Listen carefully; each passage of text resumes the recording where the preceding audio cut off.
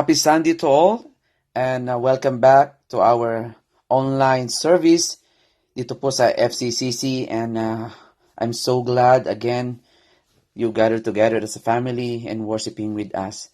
Sa ating pong pag-aaral ng kanyang salita, let me read to you Psalm 23. The Lord is my shepherd, I shall not want. He makes me lie down in green pastures. He leads me beside quiet waters. He restores my soul. He guides me in the path of righteousness for his name's sake. Even though I walk through the valley of the shadow of death, I fear no evil, for you are with me. Your rod and your staff, they comfort me. You prepare a table before me in the presence of my enemies. You have anointed my head with oil. My cup overflows. Surely goodness and loving kindness will follow me all the days of my life, and I will dwell in the house of the Lord forever. Pagpalain po ng Panginoon ang kanyang salita. Let's continue po sa ating pong pagsamba ngayon, and may I invite everyone to please join with us in our singing. Good afternoon, everyone. Let us continue to praise and worship our Lord Jesus Christ.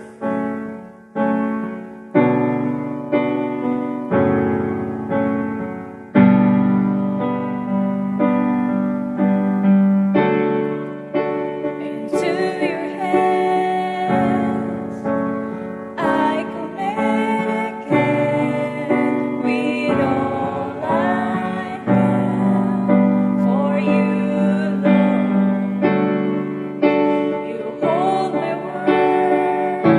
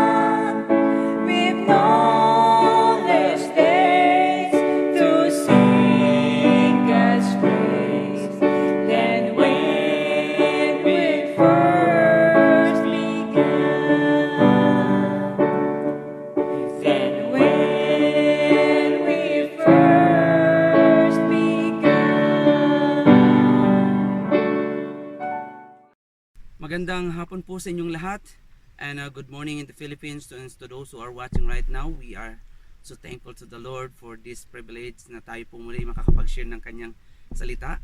At alam niyo po, isa po sa makikita natin na one of the hardest part ng passage na pag-aaralan natin or this series is in this fourth Sunday na meron po tayo ngayon. At lalabas ay nakakatanggap po ng tinatawag nating mga fears sa ating po mga buhay. Ilan lang po doon sa mga fears natin. Halimbawa na lang kapag ikaw ay natutulog or you're planning to go to sleep and suddenly you're just lying down in the bed and you cannot sleep. And then nakakita ka ng shadow. At doon sa shadow makikita mo, it brings you na magkaroon ng takot. And then you call your parents, your mom, your dad, your tatay or nanay. At nawala po yung inyong takot. What I am saying is that sometimes, even to the shadows, even to these things na meron po sa loob lang ng bahay, sa loob ka lang naman ng bahay, may narinig kang kaluskus lang, may narinig kang voice, and then, basta nakita mo, na alam mo na ang family mo, your parents mo, hindi mo man nakikita, but alam mo na sa bahay, it is all the fears na meron ka ngayon. At yan po yung pinakamagandang magbigay sa atin ng reminders ngayon, na lahat tayo may kinakatakutan. And those fears ay tinatawag po natin na parang katang isip lang minsan. But there are some realities sa buhay natin na totoo yung ating mga fears. Katulad na lang, failing to about your grades when you are studying and failing to pass your examinations, at ganun din yung mga sa trabaho kapag ikaw ay tinatawag natin na far out. Kapag ikaw naman ay halimbawa sa boss mo, pinagalitan ka niya and you are suspended. And another thing na pwede mo makikitang fear doon, you are fear sa sitwasyon na meron tayo ngayon, and fears economy na meron tayo ngayon, and maybe some fears sa iyong sarili. There are a lot of fears na meron po tayo, and this is I'm just trying to make you the situation na realidad yung mga fears na yan. But where did you get your strength?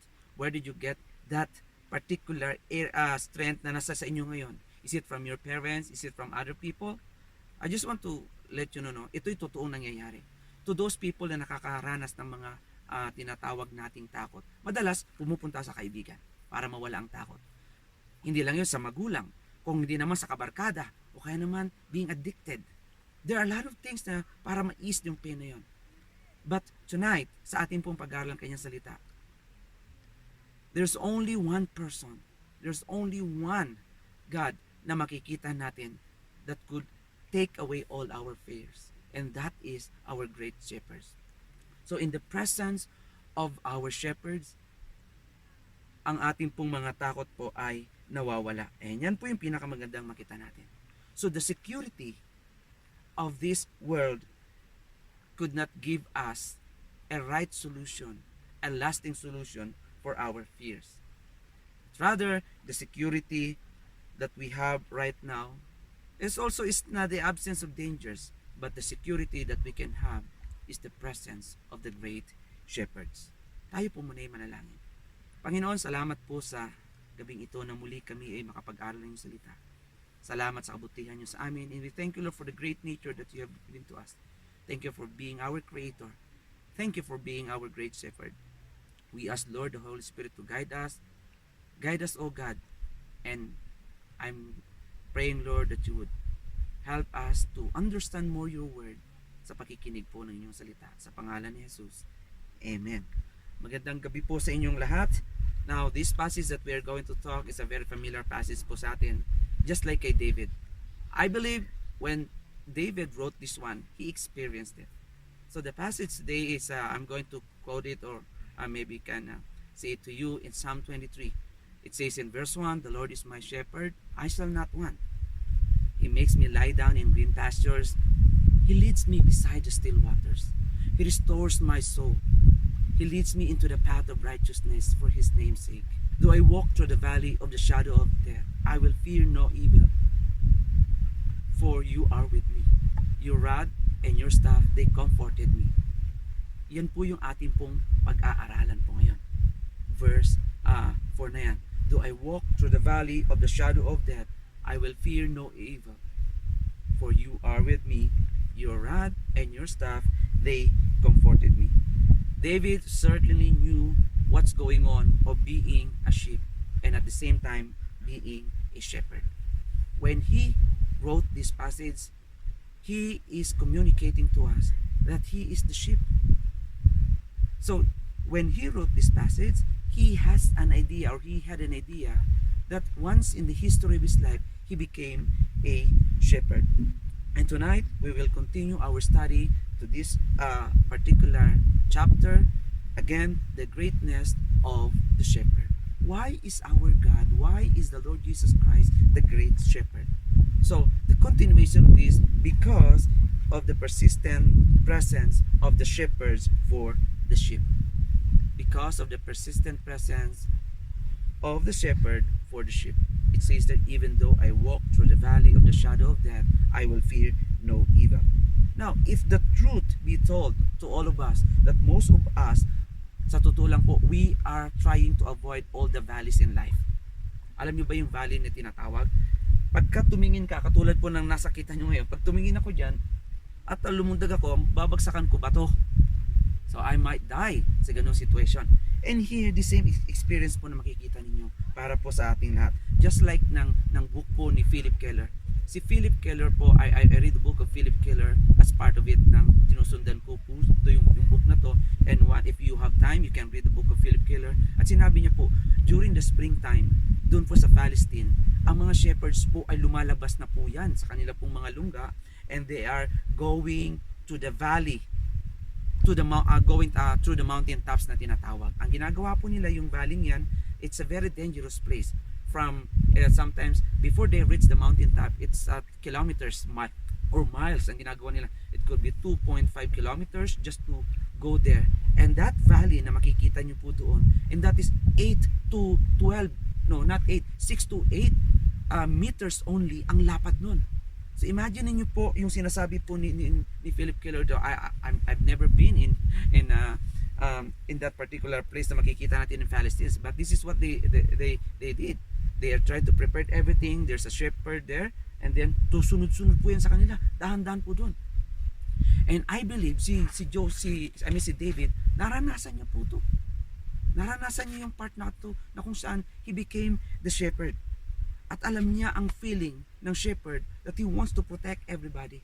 At alam din ng sheep na hindi sila natatakot kasi nga mayroon silang nakikitang nagbabantay at nagaguide po sa kanila. So the journey of the shepherd with the sheep ay dangerous po kapag when they are traveling into the valley. That's why ito yung valley of the shadow of death. I searched this in Google. Nakita ko po doon sa mapa po nila. It's from going from Jerusalem to Jericho. Meron palang tinatawag na do I walk through the valley of the shadow of death. Ito po ang lugar na kung saan talagang place wherein a lot of people, thieves and robbers are there hiding in the caves. They are hiding there and they're trying to steal yung mga bagay po na hindi po sa kanila. So yung mga sheep, iniingatan po nila. So I'm trying to explain to you something right now here. Na ganun po yung gusto ko pong na makita po ni David dito when he wrote this one. Even though I walk through the valley of the shadow of death, I will fear no evil. But I just want to let you know that you cannot deny the fact that we have valleys. We have valleys in our journey. We have a lot of things in this world that you cannot deny. Valleys of fears, valleys of dangers, valleys of discouragement. Throughout the Bible, we could see a lot of promises in this life. Even the Lord Jesus Christ, He communicated to His true disciples very clearly in John chapter 16 verse 33. It says there that in the world, sabi niya sa kanyang mga disciples, you will have tribulation. And even James, binanggit niya rin po to sa James chapter 1 verse 2. Yung part na sinabi niya doon, count it all joy, my brothers, when you meet trials of various kinds. Now, James never mentioned if, but he said when. It means there is a true sense of statement na sinabi niya na totoong magkakaroon kayo ng tinatawag na problema. Hindi niya sabi if. Sabi niya, when you are facing these trials, count it with joy. Now, let me remind you mga kapatid, there are many difficulties and dangers in our life. And the valley that God brings into our lives sometimes is not good, sometimes challenging, sometimes discouragement. But the good thing is that the presence of God is there, that God is leading us. He never leave us nor forsake us. And I want to bring your attention to this phrase na binanggit niya. And do I walk through. Hindi niya po makikita niyo yung part na yan. No? You'll notice that the valley are only temporary. Sabi niya, do I walk through the valley? Sa makatuwid po, these ships na binabanggit po niya doon, na maaaring dinadala rin po ni David dati, hindi po permanent yung valley na kanila pong tinatahak. Meron pong katapasan yun. And after that valley, a dangerous valley, kasi do I walk through the valley of the shadow of death, na sinasabi niya, kasi pwede silang mahulog. Di ba? Pwede rin silang andoon ng magnanakaw, pwede silang kainin ng mga ng leon, pwedeng kainin yung mga ships ng aso. Marami pong mga dangers na pwede makita doon. But what God is saying here through David is that your valley as a sheep is not permanent. And after that valley, there is a good thing about the plan of God. In that plan na sinasabi niya, plan according to God, not plan according to you. The second thing about walk through the valley, it says there, he never ran. Hindi niya sinabing, do I run through the valley of the shadow of death? Do I shake my head? Do I shake my hands? Do I shake my feet? No. Sinabi niya, do I walk? It means he never panic. And even God himself, mga kapatid, doesn't panic when we go through a lot of problems. But rather, there is a God who always there. It pictures the presence, consistent presence of God. So what I'm saying is this, mga kapatid, the true security is not found in the absence of danger. True security is not found in the absence of difficulties. True security is not found in the absence of discouragement, but true security is found in the presence of the shepherds. That is the point na gusto pong sabihin dito ni David. Si David, imagine niyo, gusto siyang patayin. Di ba nagtago pa sa cave? Maybe King Saul wants to kill him, or maybe Absalom wants to kill him. But there's a lot of danger sa buhay po ni David. So experiencing God's presence in your valley, experiencing God's presence in my valley, helps me to cast away fear, because I believe that the presence of God is there. He leads us, though sometimes His leading is not good for us in our perspective. Sometimes His leading is not okay in our point of view. But I'm telling you, God always makes no mistakes in His leading as a great shepherd. And I think this is a natural question for us to ask God. Why? Bakit pa itong Panginoon to? Alam niya palang nasa danger kami. Bakit niya pa kami dadalhin doon? Di ba? Alam niya pala yung mga ship na to nasa danger. Bakit niya pa kailangan dalhin dito sa part na yan? And even us, alam niya palang nahihirapan ako. Why God needs to lead me to this particular area? You know what? In the area of shepherd and the sheep is this. The shepherds needs to go in that particular valley. Why? If they cannot go there, hindi po nila mararating yung tinatawag na green pasture. Right? Kung akong papipiliin nyo, look at that back. Di ba may mountains dyan? Pwede, kung ako lang masusunod, gusto ko nga, mag-helicopter na lang ako papunta doon eh. But if God wants me to hike, to travel through walking, pwede po mangyayari po yun. Na ganun po ang pwede mangyari sa akin. Na dadalit niya po ako doon. But just for me to recognize, just for me to know that He is there guiding me, leading me all the way. For the sheep, the valley was dangerous place. But the bottom line is this, mga kapatid. After that dark valleys, the green pasture is waiting. After that dark valleys, makikita niyo po yung abundant pasture na inihahanda ng shepherds para po sa kanyang mga sheep. That is a good thing. So the sheep were just passing through the valley to get to the high mountain meadows that is awaiting for them, offered by God for this sheep para hindi po sila magutom. Yun po yung blessing na makikita natin ito. Now, the same is true sa buhay natin.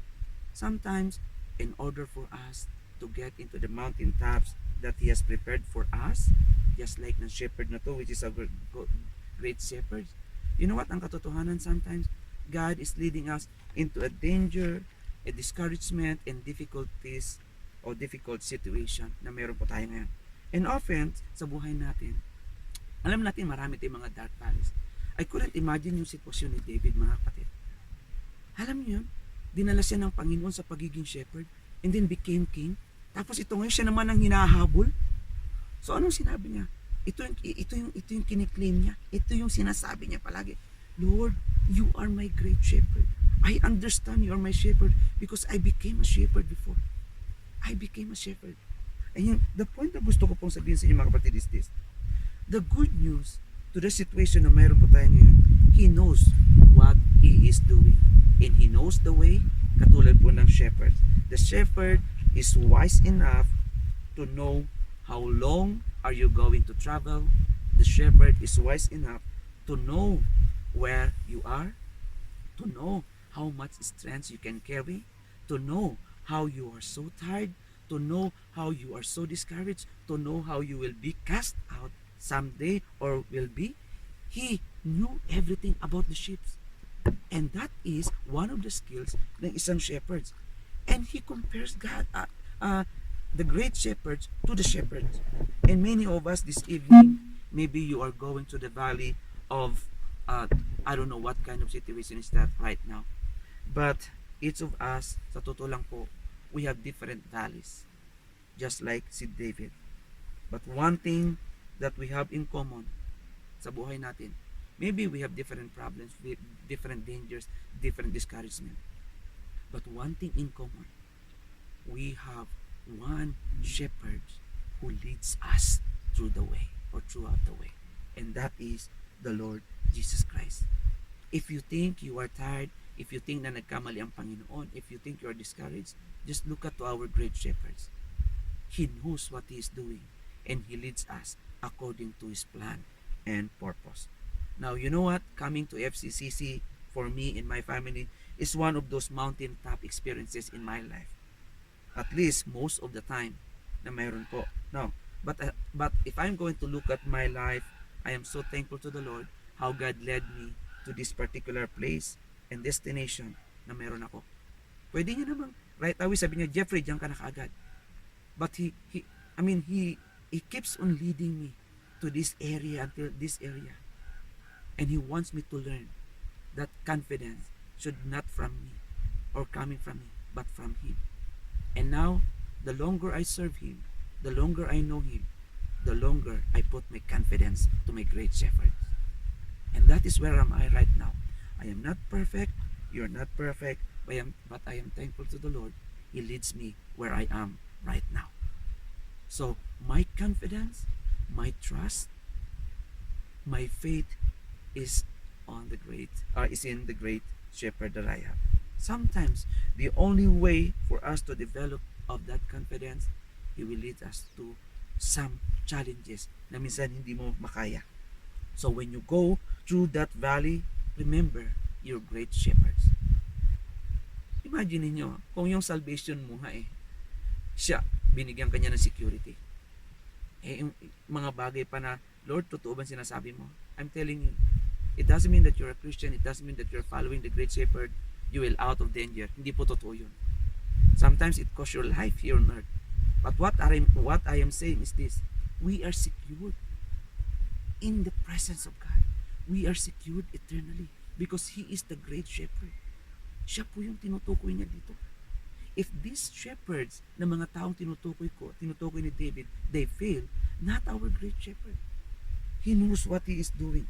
So experiencing God's presence in my valleys, experiencing God's presence in your valleys, requires you to remember that there is the great shepherds who will always there na siyang naggagabay sa iyo. It is His presence. Remember His presence wherever you go. And that is through His Holy Spirit na sa atin nananahan. The second truth na makikita natin dito as the continuation of being the great shepherd is that why He is the great shepherd? Because of the powerful protection of the shepherd for the sheep. It says at the end of verse 4, sabi niya doon, your rod and your staff, they comfort me. Wow! Galing na sinabi niya. Now, in David's time, listen carefully to this now. In David's time, wala namang ibang tools ang shepherd kung hindi rod at saka yung staff lang. Unlike ngayon, hindi ko alam kung paano yung ginagawa nilang mga tools. Pero being a shepherd, si David alam niya. Now, there are things na makikita natin, ano? The only tools na meron sila is rod and staff. Now, ano ba yung rod? Now, yung rod, it's 2 feet long. Tapos sa dulo po niyan, meron pong tela dyan or tali. At sa dulo ng tali, minsan nilalagyan daw nila ng pako. Minsan nilalagyan nila ng tingga o pati ng pabigat. Para saan po yun? The first thing is that to protect the sheep. But the very reason kung bakit po meron silang rod is to destroy the predators who wants to eat the sheep. So, makikita nyo po how the shepherd wants to protect it, yung rod na mayroon po sila. If the shepherd is very skilled, doon po, now he can kill right away ang predator, ang lion, or ang tinatawag natin na bear, o kaya naman aso, through that rod. Kaya nga di ba si David nakapatay siya? Naalala niyo po? Nakapatay siya ng bear. And it's ng lion. Now, another thing na makikita nyo po dito is the staff na tinatawag niya. Ano ba yung tinatawag nating staff? Ang staff po na sinasabi dito is it's a long stick yung rod. Tapos sa dulo po na meron pong pagganon. Ano pong purpose nun? Ginagawa po nila yun, of course, it speaks of authority. At also ginagawa pong gabay yun. Paano yun? Kapag may nahulog na tupa o nahiwalay, yun pong ginagawang pangsabit nila. Yun yung ginagawa nilang panghila para bumalik ang tupa na tinatawag. If there are times na nagkakaroon po ng trouble, yun po ang kinakailangan makita nila to rescue the sheep also.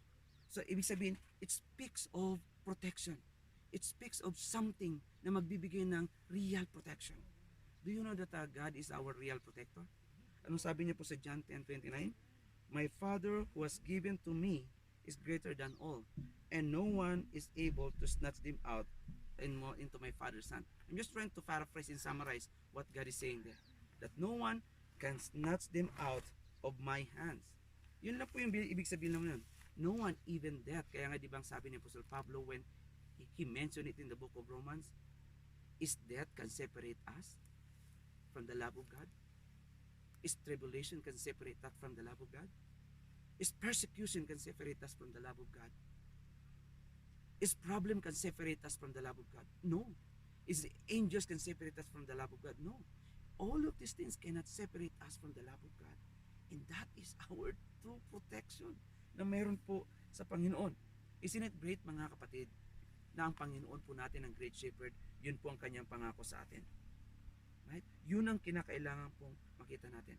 Now, let's go back naman, just to let you know, may nalimutan lang ako ng konti. Now, it says there, do I walk through the shadow? Do you know what the shadow means? Alam niyo po, yung shadow, sa totoo lang, the reality is this, it's bigger than the reality. Right? Yung shadow na nakikita nyo, hindi yan yung totoo. Mas malaki yan kaysa sa realidad. So what happens sometimes sa buhay po natin?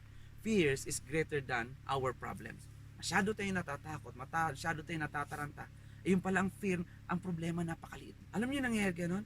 If that is the case in your life, why don't you go to the shepherd right away? Pray to the Lord. Yun ang importante. Minsan natatakpan tayo ng takot sa problema natin. Na ganun pong nangyayari. Now, what happened again to the shadow? I'm telling you mga kapatid, the shadow cannot hurt you. That's it. Pitik-pitikin mo nga, hindi nga yung makikita eh. Yan yung uso sa mga bata, di ba? Nakikita ninyo. But if the shadow is there, you call right away your parents. But malaman mo lang ng iyong parents o kamag-anak mo sa loob ng bahay, your fear will be cast away. Malaman mo lang, kapatid, na ang Diyos ay laging nasa iyo. Yung presence niya nasa iyo. It will cast away your fears. Ano pang makikita nyo sa shadow? Ang shadow, mga kapatid, simple as this. If there is shadow, there is the source of light. There is no such thing as shadow without light. So here, mga kapatid, I just want to let you know, there is always light behind the shadow. What I'm trying to communicate to you tonight is that focus on the shepherd's power, not on your problem. As we already said it to you, I've already mentioned it to you from our verse, which is in verse 1, that ang isa po sa mga katangian po ng mga tupa is they are wandering. Right? Hindi po minsan nila alam kung saan sila pumunta, bigla na they'll cast away. And especially mga kapatid, kapag nagta-travel po sila, they don't even know what's going on sa kanila po mga nangyayari. And what happens is that as long as they are looking into the shepherd or to the shepherd, alam niyo po nawawalang pangamba nila. As long as they keep on seeing the shepherd, alam niyo, it takes away their fears. As long as tumitingin sila sa shepherd, naririnig nila yung boses ng shepherd sila, nandoon po yung kanila pong pagsunod and they are being comforted. Tonight, keep on focusing on the shepherd. You may never see him personally, but through the word of God, it brings us to the reality that the real comfort ay ang ating pong great shepherd. So read the Word of God, meditate it. The problem we often have is that we focus on our problems and turn our eyes sa ibang bagay instead doon po sa shepherds. And turn our eyes sa ating pong mga kakayanan instead to the power of God. And turn our resources sa ating mga skillful ideas instead of God. So what happened is that instead of experiencing the presence of God, instead of experiencing the power of the great shepherds, we isolated ourselves. You isolated yourselves and you stop focusing on the power of God and you are focusing on how you can do it by your own energies. So, what happened if you are going to do that? You became isolated sa part na yan. So, don't become isolated, mga kapatid. I don't think it's an accident or coincidence that when David was going through a lot of valleys, these psalms na binanggit niya po ay magbigay po ng idea sa atin. Ano pong ginagawa niya? David never focused on the character of God. David focused on his personal relationship kay God. Sabi niya, "Though I walk through the valley of the shadow of death, I will fear no evil because you are there." Right? You are comforting me. Yun po yung pinakamaganda. Sometimes, because of that situation, we have the tendency to do exactly the opposite. Ano po yung ibig kong sabihin?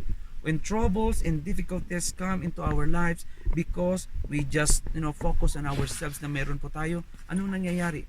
We get isolated. So, because of that, we don't want to show that we have pride. Ayaw mong malaman ang problema mo sa lahat ng bagay. So you start going anywhere, you start going everywhere, and you start isolating yourself to coming to the church. Do you know what's one of the reasons why God put one another in the Bible? For us to help one another. The church is there to help us. The church is there to encourage one another. And the only one solution for us to understand our situation and our problems is that do not isolate yourself sa kapwa mga mananampalataya, sa church, and even of course, sa kanyang salita.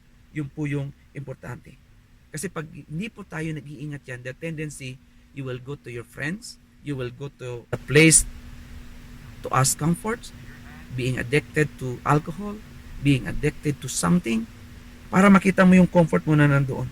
But I'm telling you mga kapatid, real comfort is not in this world. But real comfort is always in knowing the Lord Jesus Christ. When the valleys in your life are continually keep on discouraging you, keep on destroying you, and keep on leading you into the danger zone, just trust the Lord. Tiwala lang po kayo sa Panginoon. Knowing that He is our great shepherd, knowing that He knows what He is doing because He is the shepherd. Wala pong shepherd na ipapahamak niya ang kanyang sheep. Well, dito sa mundong ito, if you're going to take it literal na hindi ka mamamatay, hindi ka magkakasakit, that's not my point. My point is this: we are secured in God. Yun po yung katotohanan. Kaya nga ngayong gabi, my question to you is this: ano ba yung kinakatakutan mo sa buhay?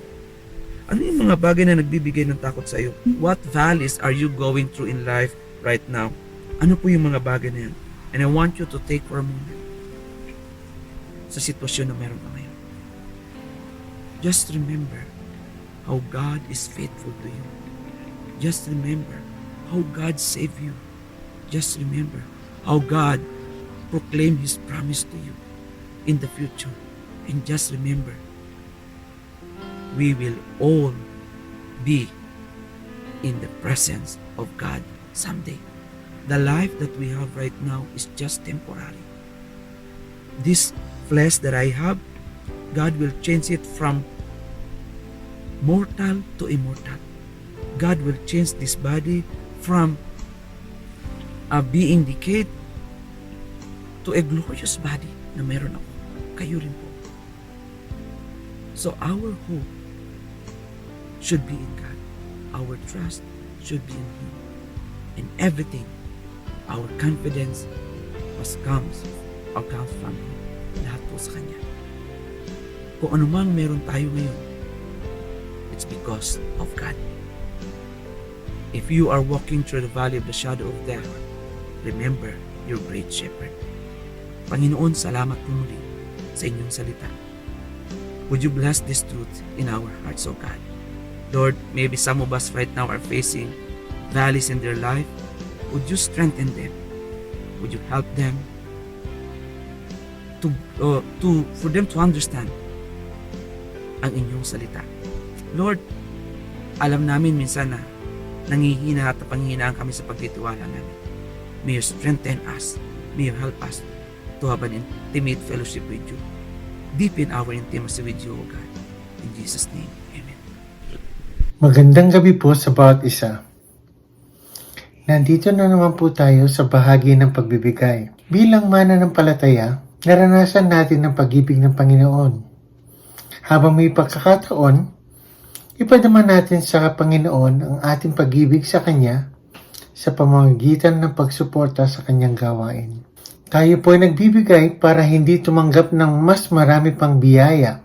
Bagkus, nagbibigay tayo dahil una na tayong nakatanggap ng Kanyang masaganang biyaya. Marapat lamang po na ibalik natin sa Kanya ang ating taus-pusong pasasalamat at walang hanggang papuri at pagsamba sa ating Panginoong Hesus. Let's pray. Yes, Father God, minsan pa Panginoon, maraming salamat po muli sa pagkakataon na ito na kami po ay bibigay ng suporta sa inyong gawain, Panginoon. Lord, maraming salamat po sa araw-araw na inyong binigay na kalakasan sa amin, Panginoon.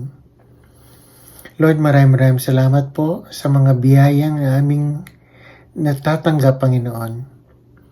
Maraming salamat po sa lahat ng pagkakataon na kayo po ay aming naging Panginoon. Sa pangalan ni Jesus. Amen.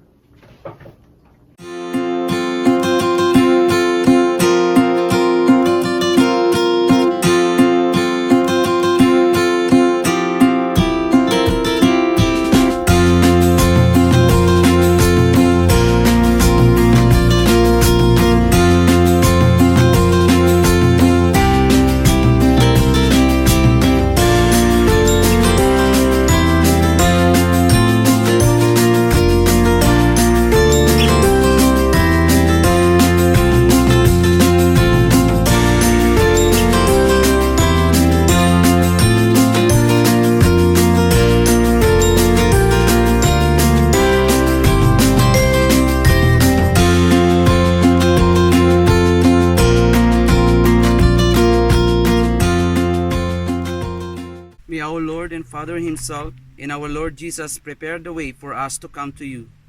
May the Lord make your love for one another and for all the people grow more and more and become as great as our love for you. In this way, He will strengthen you and you will be perfect and holy in the presence of our God and Father when our Lord Jesus comes with all who belongs to Him.